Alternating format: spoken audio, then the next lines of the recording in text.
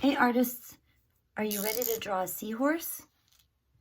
All right, let's go. And then we'll come back and we'll put our seahorse in a setting. First, we're gonna draw a circle.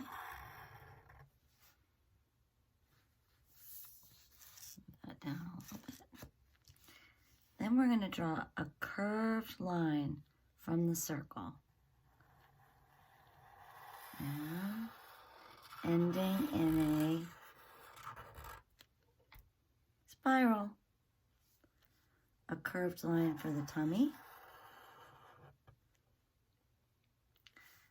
And a line connecting the neck. Another line, parallel spiral line connecting for the tail. 2 straight lines for the mouth.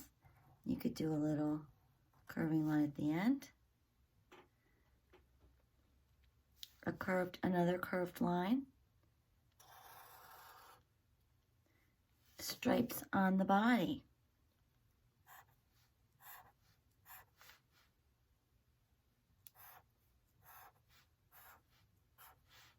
And stripes on the tail.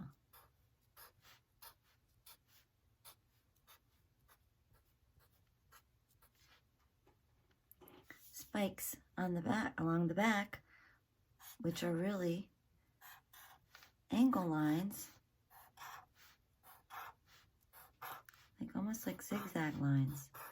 They make a shape, which is a triangle.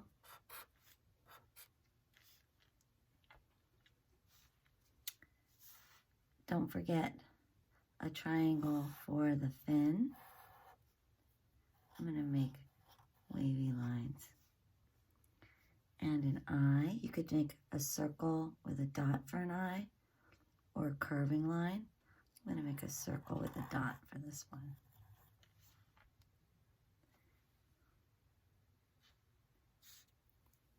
Maybe add some details.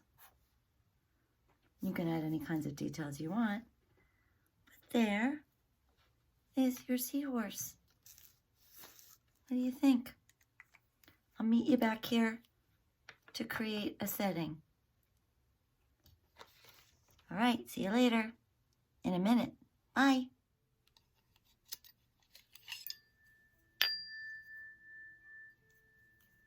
Hi, artists. As you can see, I've been busy coloring in my seahorse drawing, my world of seahorses. So did you watch the videos? Did you like the story about the seahorse? And that video that told all about like facts about seahorses? I thought that was really cool. Did you learn something? I'm in the middle of coloring my seahorses, but did you notice something? Look at, what is that? You remember what that is from the last lesson that we did with the other underwater creatures?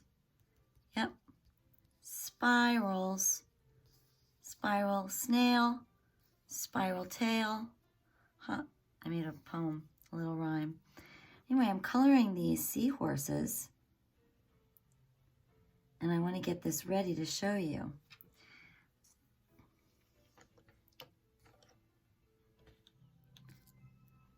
And I want to thank everyone for sending me their work,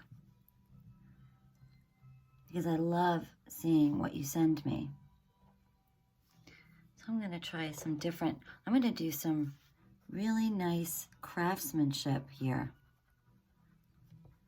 You guys remember what good craftsmanship is. It's when you do your very best and you think about what you're doing really carefully. Like I'm thinking about colors now. What color? I think I want to do this seahorse in yellow. How do you guys decide what colors you're going to use? And when you're using good craftsmanship, you're just kind of thinking about what you're doing as you're coloring and drawing. And when you think about colors, kind of just go with what colors. This is what I do. I think about what colors kind of make me happy or put me in the mood of the drawing that I'm doing. So I'm doing, this seems like a pretty happy group of seahorses and snails. So I'm going to use cheerful colors. And I always think of yellow as being a cheerful color. But you know, colors are just what make you happy. Like the colors that are your favorite colors are just colors that you like in your own style. We talked about our own style of drawing. Something being stylized as a drawing, like these are kind of stylized seahorses. But everybody has their own style. And that's what's great about being artists. So when I give you how-tos, it's like to help you understand how to draw something, but it's also just one way to draw something. I'm going to use a lighter color. And so a how-to you can use to help you draw something, to give you more ideas, or to give you another way to draw something. So you basically use the how-tos as a way to kind of create something. It's like how to draw this, but not the only way to draw something. And I want you, when you draw, to really kind of think about having your own style and be proud of who you are and how you draw. And then just keep drawing. And then you'll just love what you do more and more. It'll be more and more fun for you to keep drawing. Just making the sand, blending these colors. Kind of texture-y. Textures. What is texture? We've talked about that in the art studio. It's how something feels if you touch it.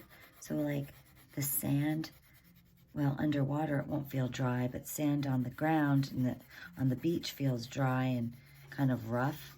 Rough is a texture word. I wonder how an underwater snail would feel or an underwater seahorse would feel. I wonder what their texture would be.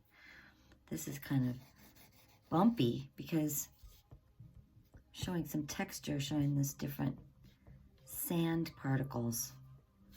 I'm going to draw them in just like this. And while I'm thinking about it, I also want to thank you again for sending your work to me because it inspires me. Makes me want to do art for you. You do art for me, I do art for you. We do art for everyone because art is what the world needs. We need art in the world. We need to be making it. All right, I'm getting a little carried away here with this sand. So you know where to send me your artwork. Google, not Google Classroom. Class Dojo. Yes, no, not Google Classroom. My email. But I will see you on Google Classroom because that's where I'm going to post the lessons. I'm really getting this sand in here. And then I'll get, oh, what kind of line is this? Curving line. I just found another spiral. All right, well, I'm having fun with this. You guys, whoops, where's my finger? You guys go back to your art studios and you do some art. And I will see you later, and you stay artsy. All right, have a great day. Bye.